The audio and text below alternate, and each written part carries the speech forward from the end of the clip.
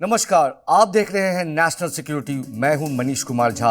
आज हम बात करने जा रहे हैं इंडियन एयरफोर्स के फायर पावर और उस फाइटर जेट की जिसने भारत की हवाई ताकत को एक नई ऊंचाई दी है। जी हां, the mighty Rafale, manufactured by Dassault aviation, जो कि फ्रेंच कंपनी है। Rafale is a 4.5 generation multi role fighter aircraft. ये सिर्फ एक लड़ाकू विमान नहीं है, बल्कि ये स्पीड, प्रिसीजन और पावर का परफेक्ट कॉम्बिनेशन है। With advanced weapons like Meteor missiles and Scalp cruise missiles, Rafale can strike the enemy from a long distance. इसके साथ ही हम बात करेंगे एयरफोर्स के कैपेबिलिटी और एयर डिफेंस, जो एयरफोर्स की स्ट्रेंथ मानी जाती है। साथ ही हम बात करेंगे इंडियन एयरफोर्स की और सारी कैपेबिलिटी के बारे में। एयरफोर्स का भविष्य क्या होने जा रहा है, टेक्नोलॉजी किस डायरेक्शन में जाएगी। हमारे साथ एक खास मेहमान है, air Vice Marshal Aleen Golani, retired. He's a qualified flying instructor, an instrument rating instructor, and examiner commissioned in the fighter stream of the Indian Air Force in 1982. He has flown the Jaguar aircraft. He raised and commanded the first Harpy squadron of Indian Air Force. He commanded an Indian Air Defense Direction Center and operational base. He is one of the few to have served in the senior rank in both the Joint Services Command of the country, Andaman and Nicobar Command, as the Air Force Commander and Strategic Forces Command. As the Chief Officer, I welcome Golani ji, and presently he is also heading the Director General of CAPS, Center for Air Power, which is a premium think tank for the Indian Air Force. I welcome Air Marshal, Air Vice Marshal Golani, and I begin asking you, sir, जो Indian air force की strength मानी जाती है, एक नया fighter jet हमने देखा है रफाल। हमारे पास एक नंबर ऑफ रफाल ऑलरेडी है, बट हम देख रहे हैं कि गवर्नमेंट के बीच में एक डिफेंस एक्विजिशन काउंसिल है जिसने एक 114 रफाल की बात चल रही है। ये एक बहुत बड़ी डील है, ये बहुत दिन से ये चल रहा है, 2 दशक से इसकी बात हो रही है। मैं समझना चाहूँगा ये आखिर डील क्या है और ये एयरफोर्स को कैसे एक नई दिशा दे सकती है। मैं ये भी समझना चाहूँगा कि हम जब फाइटर जेट की बात बोलते हैं तो हम मेक इन इंडिया की बात पिछले 2 दशक से कर रहे हैं कि एक इंडिजिनस फाइटर एयरक्राफ्ट होनी चाहिए। तेजस के अलावा इसकी बात कर रहे हैं। To AVM Golani to open the remarks on this show, National Security with Manish Kumar Jha. Sir. Thank you Manish for bringing me on this show.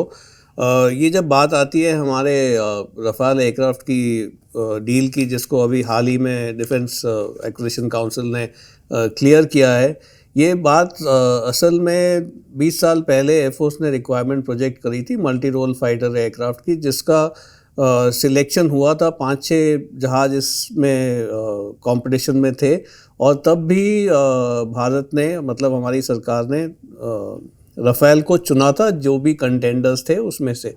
पर ये डील पूरी नहीं हो पाई क्योंकि नेगोशिएशंस में दारसो जो कंपनी मैन्युफैक्चर करती है, उनके कुछ डिफरेंसेस थे हिंदुस्तान एरोनॉटिक्स लिमिटेड में ऑन द वारंटी जो एयरक्राफ्ट प्रोड्यूस कर रहे हैं यहाँ पे और मैन आवर्स के ऊपर। तो इस वजह से ये डील नहीं हुई और फिर भारतीय वायुसेना की स्थिति को मद्देनज़र रखते हुए प्रधानमंत्री ने 2016 में एक गवर्नमेंट टू गवर्नमेंट डील करी थी फ्रांस के साथ, जिसमें हमारे पास 36 रफेल हम लोगों ने एक्वायर किए थे। इसके बाद हमारा जो तेजस का है वो चल रहा है। भारतीय वायुसेना ने ऑलरेडी 2 स्क्वाड्रन में तेजस इंडक्ट किए हैं और 180 और एयरक्राफ्ट का ऑर्डर HAL के पास ऑलरेडी है। पर जो हमारी स्ट्रेंथ है स्क्वाड्रन की, फाइटर स्क्वाड्रन की, वो अभी बहुत ही डेंजरसली लो हो गई है। We are down to 29 squadron against the sanction strength of 42.5। इसको पूरा करने के लिए जो भी विश्व में फाइटर एयरक्राफ्ट उपलब्ध हैं और जो हमने अभी हाल ही में ऑपरेशन सिंदूर में रफेल को यूज़ किया, और रफेल जो है प्रूवन एयरक्राफ्ट है, ना ही खाली हमारे सिनेरियो में बट दूसरे कॉन्फ्लिक्ट्स में भी इसको इस्तेमाल किया गया है और सक्सेसफुली यूज़ किया गया है। तो ये 114 एयरक्राफ्ट डील मेरे ओपिनियन में बहुत ही क्रूशियल है भारतीय वायुसेना की जो डिप्लीटिंग स्ट्रेंथ है उसको प्लग करने के लिए फ़िलहाल। AVM Golani, मैं आपसे एक पूछना चाहूँगा इससे पहले कि मैं मेक इन इंडिया कंटेंट पे आऊँ। आपने 2 इंपॉर्टेंट बातें कही। आपने कहा कि ये एक डिप्लीटिंग स्क्वाड्रन, जो कि एक घटता स्ट्रेंथ है इंडियन एयरफोर्स का, वो शायद 32 स्क्वाड्रन तक आ गया है। 42 स्क्वाड्रन एक आइडियल स्ट्रेंथ मानी जाती है इंडिया के टू फ्रंट वॉर के एक स्टैंडर्ड डिफिनीशन के हिसाब से। तो क्या एक पहली एक तरह से क्या एक प्रेशर हमारे ऊपर था, और दूसरा ये कि ये डील बहुत आपने बोला है कि 2 दशक से ये चल रहा है, तो ऑपरेशन सिंदूर में भी इसने एक अच्छी भूमिका निभाई। क्या ये 2 चीज़ें महत्वपूर्ण हैं कि हम इस निर्णय पे पहुंचे कि हमें रफाल 114 रफाल लेना चाहिए? आमका का जिसके लिए गवर्नमेंट ने पैसे 15,000 करोड़ सैंक्शन किए हैं, और तेजस जो हमारे यहाँ पर बन रहा है, और रफ़ाल की जो डील हमने साइन करी है उसमें Indian government is going to negotiate for at least 50 to 60% indigenous content. तो ये सब जब भारत में निर्मित होने लगेगा तो ये MSMEs और पूरा एसोसिएटेड इंफ्रास्ट्रक्चर, इसके साथ ही में इंजन का जो काम होगा, जो साफरान के साथ जो अग्रीमेंट साइन हुआ है 120 किलो न्यूटन इंजन का, तो ये सब एक इकोसिस्टम बनाएगा जिसके साथ हमें जब हम आगे stealth aircraft 5th generation technology जब AMCA में लगाते हैं तो it is going to help us tremendously in building the AMCA in the future. So for both the reasons, looking at long-term future as well as looking at the present aircraft strength, I think this deal was crucial for the Indian Air Force. मैं एक महत्वपूर्ण बात और पूछना चाहूँगा। ये एक पहले MMRC कहलाती थी, एक medium multi road fighter aircraft, जो एम था कि एक फुल्ली इंडिजिनस एयरक्राफ्ट हम डेवलप करेंगे इंडिया में। AVM गोलानी, ये यहाँ 50% की बात हो रही है, 40% 50% इंडिजिनाइजेशन की बात हो रही है। क्या ये सफिशिएंट है हमारे इकोसिस्टम को डेवलप करने के लिए? आप इसको कैसे देखते हैं? देखिए, ऐसा है कि हम कावेरी इंजन का हमने प्रोडक्शन शुरू किए थे GTRE से, और वो engine because of some issues and core technologies of hot crystal blades and all single crystal blades, we could not achieve the production over here. So this remains a critical gap as far as we are concerned towards a fighter aircraft, because engine के बिना तो जहाज चलेगा नहीं। तो आप उसको MMRCA बोले, MRFA बोले, बात एक ही है, हमको फाइटर एयरक्राफ्ट चाहिए आज की तारीख में, जिसको जो अभी हमें एयरक्राफ्ट मिलेगा इसका F3, F4, F5 वर्जन जो अभी बना नहीं है, जो बनने जा रहा है फ्रांस के पास, वही वर्जन इंडिया को भी प्रॉमिस किया गया है।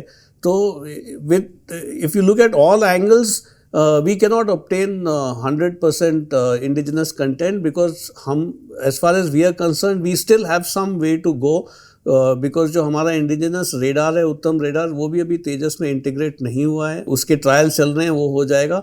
तो ये जो एयरक्राफ्ट हम यहाँ पर मैन्युफैक्चर करेंगे, हमारा एम होना चाहिए कि इसमें जो हम वेपन्स इंटीग्रेट करें और जो हम इलेक्ट्रॉनिक वॉरफेयर सिस्टम इंटीग्रेट करें, वो भी हमारे भारत में निर्मित होने चाहिए। So this is a process which will take time and it will happen if we do go ahead with this deal. आपने बहुत महत्वपूर्ण बात बोली। आपने बोला कि weapon without aircraft is just an asset, और ये वेपन जो है वो इंडिया में होनी चाहिए, उत्तम रडार होनी चाहिए, और कई अस्त्र मिसाइल जो हैं जो तेजस में लगने वाले हैं शायद वो भी इंटीग्रेट हो।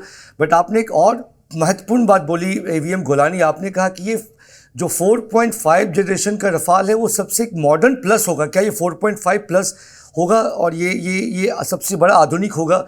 तो इसको हम कैसे देखेंगे? क्या ये वर्ल्ड में F-35 के कंपैरिजन में in terms of electronic warfare लेके आएगा? क्या नई चीज़ें इसमें होंगी अगर ये लेटेस्ट अपग्रेड है तो? We just saw an Operation Sindoor. I think this is the first time a conflict happened where aircraft did not cross the international border or the line of control, and weapons were fired at large distances facing each other. So in my opinion, the aircraft, if it has a long range weapon, that is adequate for the moment. And if we look at the future, then we must look at the 5th generation technology incorporating stealth, because if I am not going to cross the international border, go into the other country, then stealth is not important to me as of now. So to plug this critical gap, Rafale is essential, and I think the right decision has been taken to go ahead with this production. You explained nicely कि हमें stealth नहीं चाहिए, जो 5th generation में होती है। एक important feature है जो वर्ल्ड की 5th जनरेशन फाइटर एयरक्राफ्ट है, वो एक F-35 उसके नाम से जानी जाती है। F-22 रैप्टर भी है जो कि अमेरिका डेवलप करता है इसे, लेकिन हमें उसकी ज़रूरत नहीं है। एज AVM गुलानी ने कहा, एवरी कंट्री की एक अलग रिक्वायरमेंट है, इंडिया की अलग रिक्वायरमेंट है। हमें अपने देश से ही अपनी मिसाइल छोड़ सकते हैं और ये काफ़ी कैपेबल है। मैं ये पूछना चाहूँगा मैं इस बात को लेके कि हम बहुत कोशिश, एक पैरेलल कोशिश कर रहे हैं। हमारे अपने इंडिजिनस प्रोग्राम जो है काफ़ी हद तक आगे जा चुके हैं।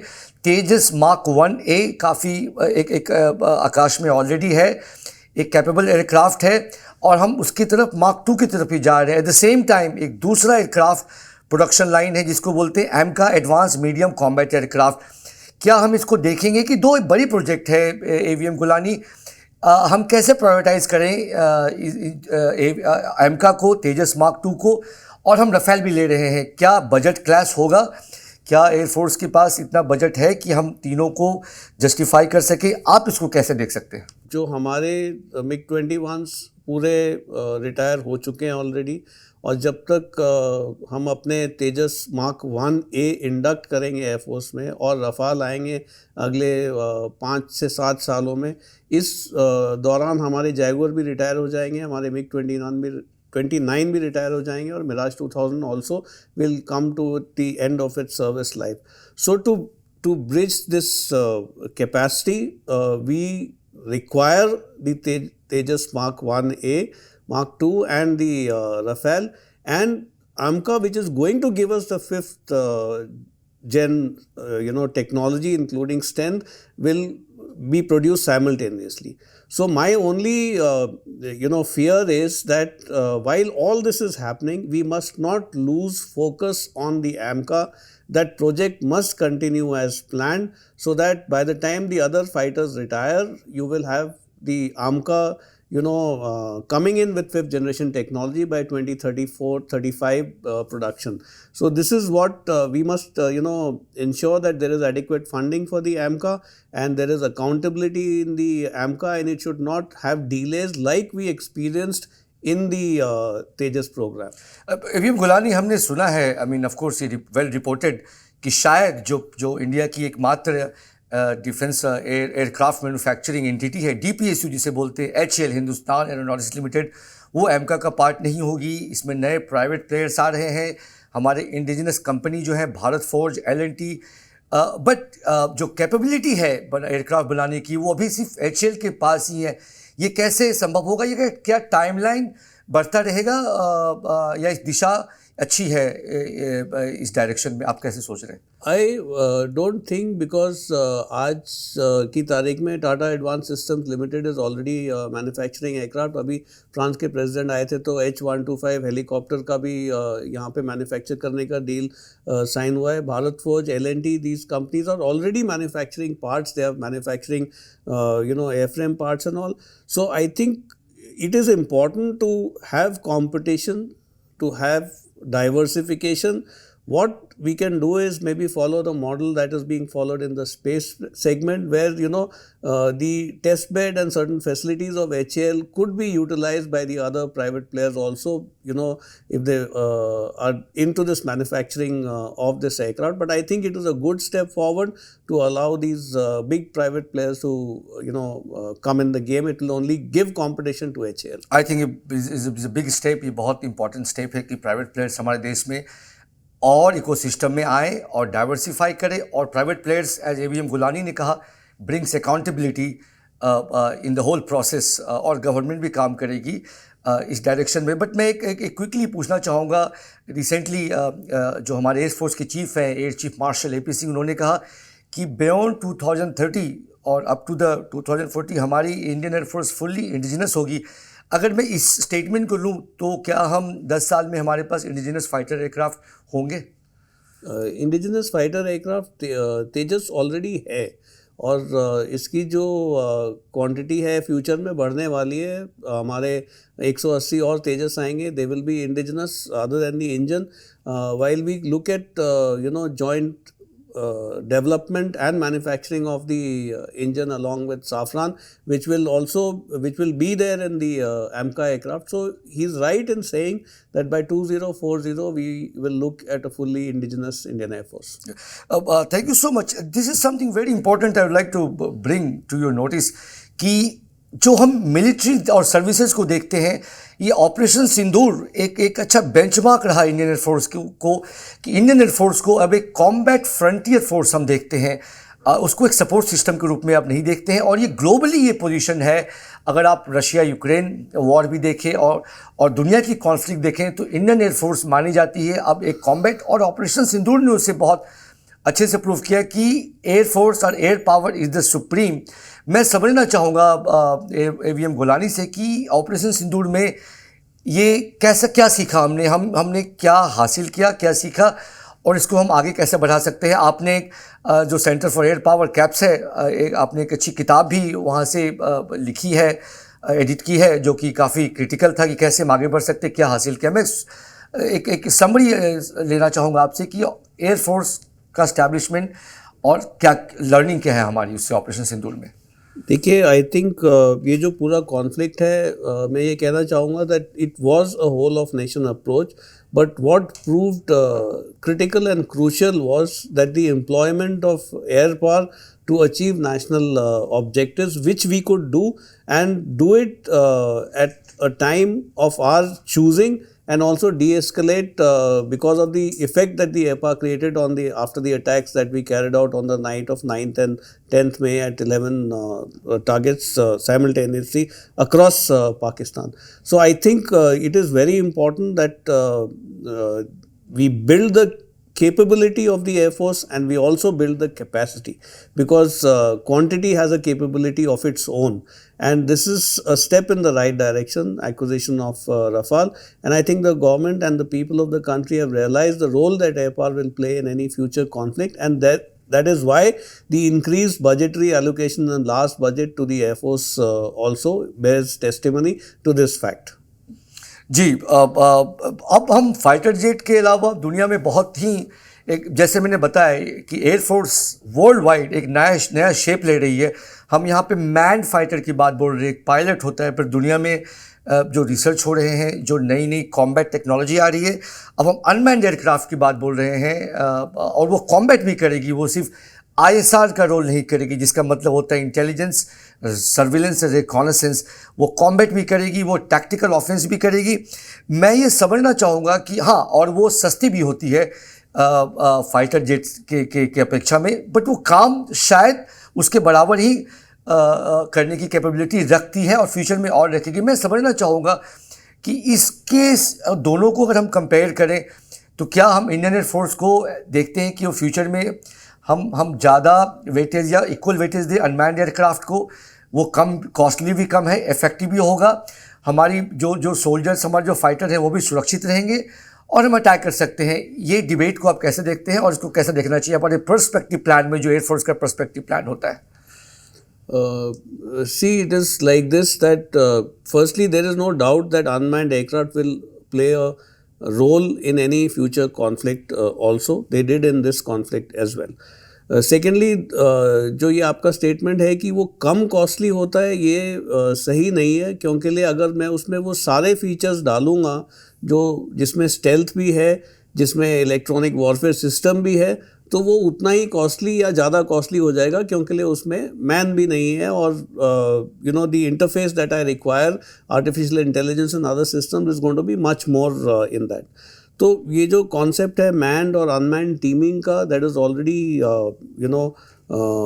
proven, and it is I think Australia is the only country which has flown this MQ-28 Ghostbat aircraft as a manned unmanned teaming. This is going to be there in the future, but I think we are not there as yet. It's a gradual process. When you look at the future, it was going to be a combination of manned as well as unmanned aircraft. अगर ऐसा unmanned होता तो फिर America जो अभी top है technology में, और इजराइल जो है as far as air power is concern, why did they use manned aircraft to carry out strikes on Iran on operation rising lion and midnight hammers? They were manned aircraft only which were used in these conflicts. तो बहुत clarity इस पे है कि कहीं ना कहीं हम ओवर द डेकेड जो हम देख रहे हैं 10 साल में, हमें फाइटर एयरक्राफ्ट जो मैन्ड है, it equally important for the warfare, specially for the India, and kind of terrain, geography, and of course we will see the profile of our adversary जो हम देख रहे हैं दो तरफ से। तो ये स्टेटमेंट है कि हम अनमैन के अलावा मैन हमारा एक पर्सपेक्टिव का कोर एस्पेक्ट रहेगा। मैं अब एवीएम गुलानी से समझना चाहूँगा, स्पेशली अगेन ऑपरेशन सिंदूर में हमने देखा कि जो एयर डिफेंस सिस्टम है इंडियन एयरफोर्स की, शायद वो वर्ल्ड में एक काफ़ी पोटेंट रूप में है और वो उभर के भी आई है ऑपरेशन सिंदूर में। क्या है ये, कुछ आप इसमें बताना चाहेंगे? आपने you have serve 40 years in the heart of air force command system, आपने जगुआर भी उड़ा है। ये क्या विश्व की सबसे अच्छी एयर डिफेंस सिस्टम है और क्या फ्यूचर में हो सकता है इसमें, हम कुछ और कैसे पोटेंट बना सकते हैं? जो हमारा air defence integrated air command and control system है, ये भी 2 से ज़्यादा दशक पुराना है and it is indigenously designed and developed. The aim was to integrate all the sensors and all the weapon systems so that you get a composite picture and you know decide at the farthest range to use the most optimal weapon. Now this is a process which is still on, but it proved itself in this conflict because जो S-400 से लेकर के which can shoot targets at 300 to 400 kilometers to very close range systems including the air defense guns and all, everything was integrated, sensors of the army, navy, the air force. This is work in progress. जो हमारे civil radars हैं उनको भी integrate किया जा रहा है और अभी पिछले साल प्रधानमंत्री ने मिशन सुदर्शन चक्र की बात करी, which will look at the exo and the endo atmospheric ballistic missiles also protect the airspace over vital areas and vital points. So we are going in the right direction developing this system and it proved itself in this conflict that we just had with Pakistan. मैं towards the end of the show but एक बहुत ही important aspect जो पूछना चाहूँगा कि जब हम aerospace की बात बोलते हैं तो इसमें एरोस्पेस की बात भी आती है। एवीएम गुलानी, आपने बहुत क्लोजली देखा है ग्लोबल कॉन्फ्लिक्ट में कि स्पेस का रोल वॉरफेयर में कितना बढ़ गया है। इनफैक्ट इंडियन एयरफोर्स 3 साल 2 साल 3 साल पहले से एक डिबेट आया है कि क्यों ना उसको इंडियन एयरफोर्स स्पेस कहा जाए। ये कितना इंपॉर्टेंट है स्पेस वॉरफेयर और हम इसमें क्या कर रहे हैं कि हमारी अपनी सैटेलाइट जो है एक पावरफुल एसेट है स्पेस के वॉरफेयर में, ये कैसे उभर के आ रही है, अगर आप इस पर कुछ बताना चाहें? हमारे पास ऑलरेडी डिफेंस स्पेस एजेंसी है जिसका टास्क ये है to carry out offensive and defensive operations from space, but what we like is the satellite based surveillance which is going to give us persistent surveillance. No, इसके लिए भी government ने जो SBS-3 programme है उसमें 27,000 crore rupees sanction किए, जिसमें 52 satellite बनेंगी, जिसमें mostly 31 will be made by the private sector. So we are also proceeding in that direction. By 2028-29, I think the SBS-3 program will be there.